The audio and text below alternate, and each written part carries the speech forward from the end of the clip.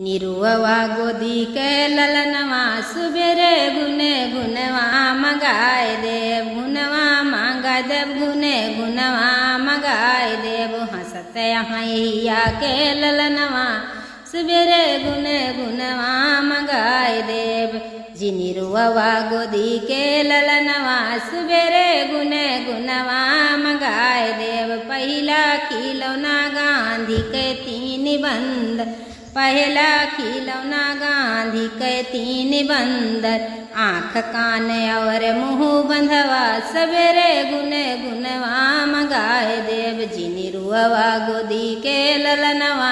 सवेरे गुने गुनवा मंगाए देव दूसरा खिलौना देव काठी के सुगनवा दूसरा खिलौना देव काठी के सुगनवा मड़ाए सजन है सवनवा सवेरे गुने गुनवा मंगाए देव मड़ाए माँ सजन है सवनवा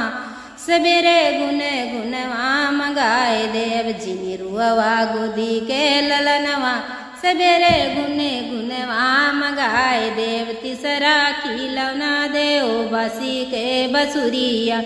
तीसरा खिलौना देव बसे के बसुरिया कन्हा बनी खेले अंगनवा सुबेरे गुने गुनवा मंगाए देव जी निरुआ गोदी के ललनवा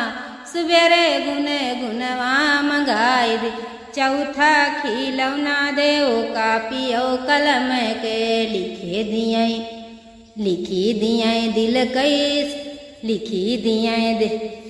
लिखी दिए मन के सपनवा सवेरे गुने गुनवा मंगाए देव लिखी दिए मन के सपनवा सवेरे गुने गुनवा मंगाए देव जी निरुआ गोदी के ललनवा सवेरे गुने गुनवा मंगाए देव लिखी दिए गोदी के ललनवा